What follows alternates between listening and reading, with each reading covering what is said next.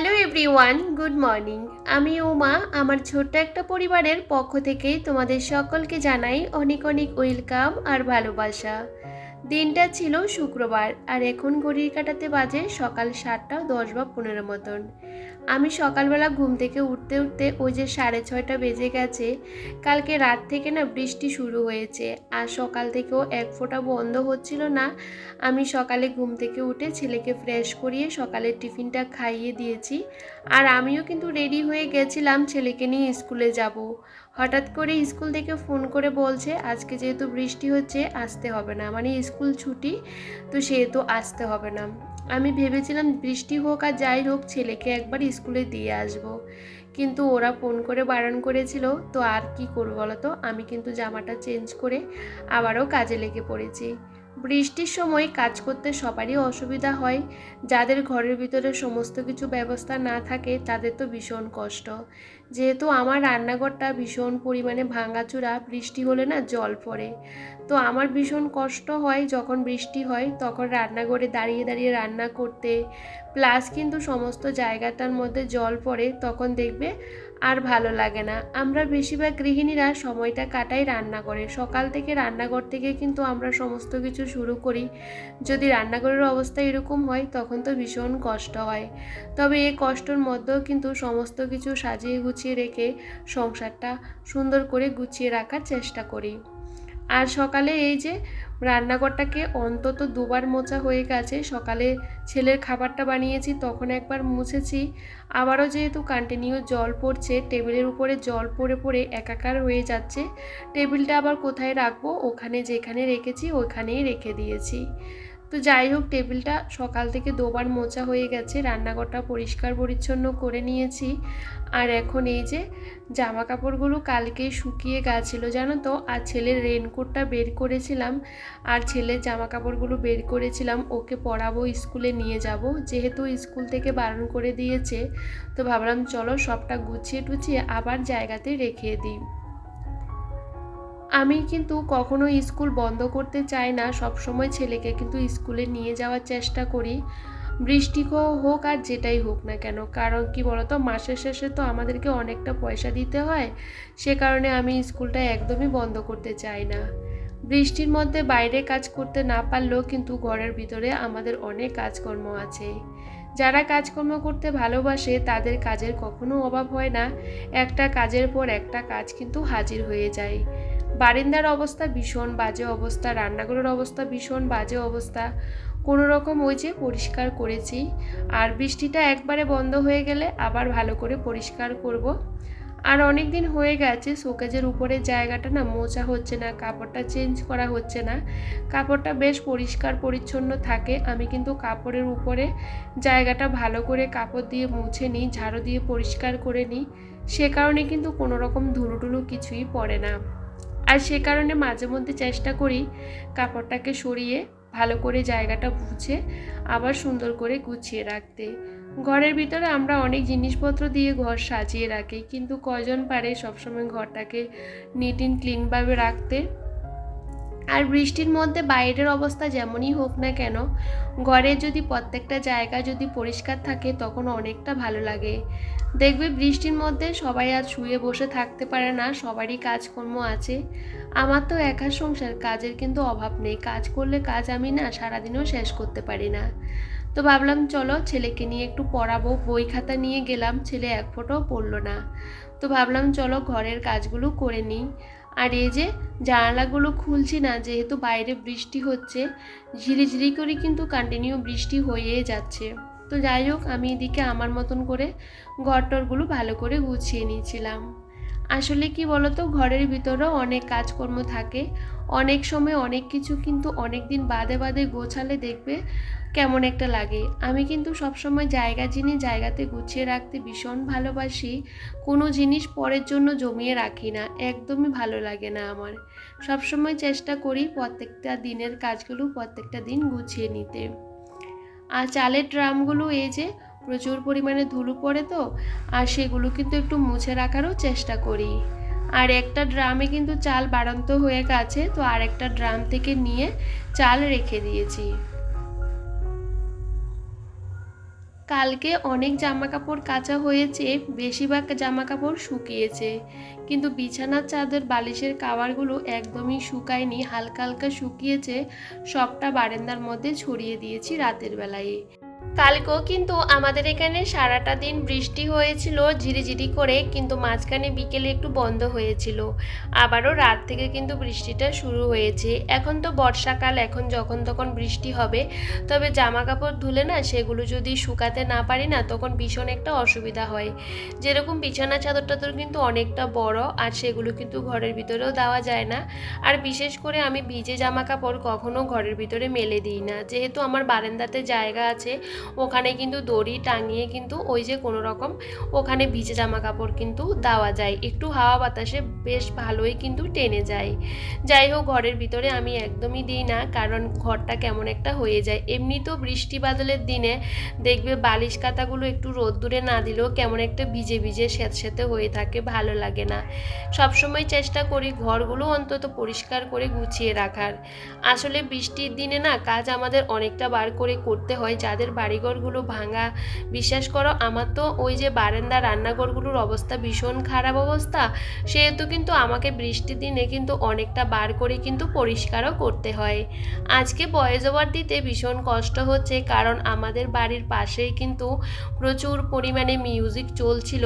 আর এই মিউজিক চললে না সকাল থেকে ভীষণ পরিমাণে ভয়েস ওভার দিতে কষ্ট হয়। সকাল থেকে বিকেল পর্যন্ত অপেক্ষা করেছিলাম যে কখন মিউজিকটা বন্ধ হবে, কিন্তু কিছুতেই বন্ধ হচ্ছে না, প্রচুর পরিমাণে আওয়াজ হচ্ছে। তারপরও কিন্তু একটা দিন তোমাদের সাথে ভিডিও শেয়ার না করতে পারলে আমার ভালো লাগে না। আমি সবসময় ডেলি কাজগুলো ডেলি রুটিনে তোমাদের সাথে শেয়ার করতে ভীষণ পছন্দ করি।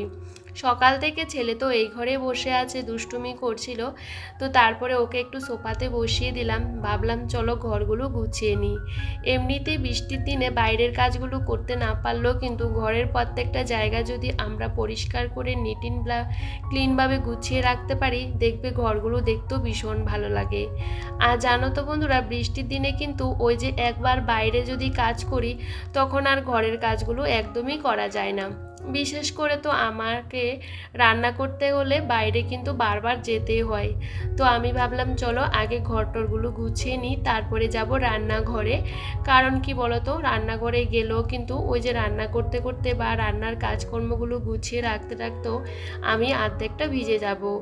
আর জানো তো বন্ধুরা, সবসময় চেষ্টা করি সকাল সকাল সমস্ত কাজগুলো সেরে নিতে।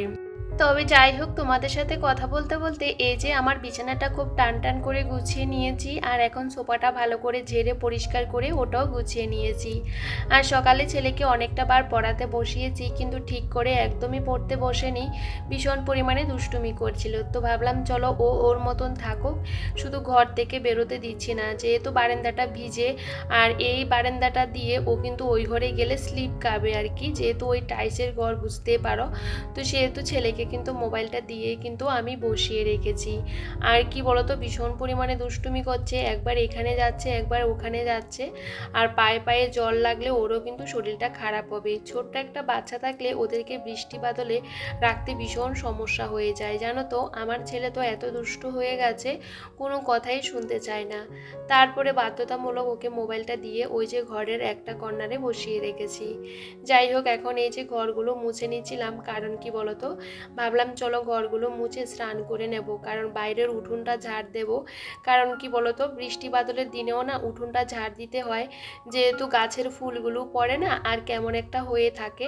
এত ফুলের আমার দরকার হয় না, অনেক সময় ফুলগুলো জোরে জোরে পড়ে যায় আর কেমন একটা হয়ে থাকে। তো ভাবলাম সমস্ত কিছু ঝাড় টাড় দিয়ে, বাইরের জায়গাটা ঝাড় টাড় দিয়ে তারপরে স্নান করে পুজোটা করে নেব। রান্নাটা একটু দেরি করে করব, যদিও বা এখন বেশি একটা বাজে না, এখন বাজে 9:30। তার মধ্যে এই যে আমি কিন্তু কাজগুলো সেরে নিয়েছি। বৃষ্টিটা না হলে আমার অনেক আগে কিন্তু কাজকর্মগুলো হয়ে যেত, তবে বৃষ্টিটার জন্য কাজগুলো ঠিক করে করতেও পারছিলাম না। আর বারান্দার অবস্থা দেখতে পাচ্ছ, প্রচুর পরিমাণে ভিজে গেছে, যেহেতু সারা রাত ধরে বৃষ্টি হয়েছে। আর তার মধ্যে এই যে সাইডে জল পড়ে, জলগুলো পুরো বারান্দার মধ্যে ছড়িয়ে যায়। আর এই যে সমস্ত বিছানা চাদরগুলো এই যে এখানে দিয়ে রেখেছি, যদিও বা হাওয়াতে সমস্ত এগুলো টেনে গেছিলো, কিন্তু ঘরের ভিতরে দিচ্ছি না, ভাবলাম এখানেই থাক, দেখি যদি রোদ টোদ উঠে বৃষ্টিটা তো বন্ধ হবে, তবে একবার বন্ধ হচ্ছে আর একবার কিন্তু বৃষ্টি হচ্ছে, তবে এরকমই করবে। তো যাই হোক, এই জায়গাটা ভালো করে ধুয়ে ঝাড় দিয়ে নিচ্ছিলাম, তারপরে মুছে দেব, নাহলে একদমই জল জল থাকবে আর কি। ছেলেকে নিয়ে ভীষণ অসুবিধা হয়ে যায় জানো তো, কারণ আমার তো দুটো ঘর, আর ছেলে যদি ওই ঘরে যেতে হয় বারান্দাটা দিয়ে যেতে হয়, তো ভীষণ অসুবিধা হয়ে পড়ে। তবে কিছু করার নেই। এদিকে জানো তো বাইরের জায়গাটাগুলো ঝাড় টাড় দিয়ে আমি স্নান করে পুজোটা সেরে নিয়েছি, আর এখন আসলাম রান্নাঘরে। সকালবেলা ছেলেকে খাইয়েছিলাম ম্যাগি, তো ভাবলাম চলো ওকে একটু বোঁদে দিই। আসলে ও বোঁদে একদমই খেতে চায় না, ভাবলাম ওকে একটু মুড়ি দিয়ে দেব, ও বলছে খাবে না, শুধু খালি বোঁদে দিয়েছি। আর আমি কি বলতো, কালকে যে ঘুগনি করেছিলাম সেটা রয়ে গেছে, তো সেটা গরম করে এখন মুড়ি দিয়ে খেয়ে নিচ্ছিলাম। আমার কিন্তু বেশ ভালোই লাগে। আগে না এই যে মুড়ি ঘুগনি এরকম আমি কখনোই খাইনি, কিন্তু কলকাতা আসার পর থেকে এই খাবারটা আমি শিখেছি আর কি, এখন খেতে ভীষণ ভালো লাগে। যাই হোক, এদিকে খাওয়া দাওয়া করতে করতে আমি তো ডাল আর ভাতটা বসিয়ে দিয়েছিলাম, ডালটা এদিকে হয়ে গেছে। আজকে সেরকম বেশি কিছু রান্না করব না, কালকের একটু মাছের তরকারি রয়ে গেছে, ঝিঙে আলু দিয়ে যে রান্না করেছিলাম, একটু না অনেকটাই রয়ে গেছে। এই যে এটা গরম করে নিলাম, আর এদিকে ডাল করেছি, আর ছেলের জন্য ডিম সিদ্ধ দিয়েছি। আর এই যে লাউ পাতা নয়, এগুলো কুমড়ো পাতা, আমার শাশুড়ি মা যখন এসেছিলো এই কুমড়ো পাতাগুলো রেখেছিল এই যে শুটকির বড়া খাওয়ার জন্য, কিন্তু টাইম পাইনি, আর ওনারও আর খাওয়া হয়নি জানো তো, কারণ প্রত্যেকটা দিন এটা সেটা রান্না হচ্ছে, মাছ মাংস এটা সেটা, কিন্তু এই যে শুটকি খাওয়া হয়নি, যেহেতু ওরা বাইরে থাকে শুটকিটা পায় না। যদিও বা কলকাতাতেও ভালো শুটকি পাওয়া যায় না, এগুলো ত্রিপুরার শুটকি।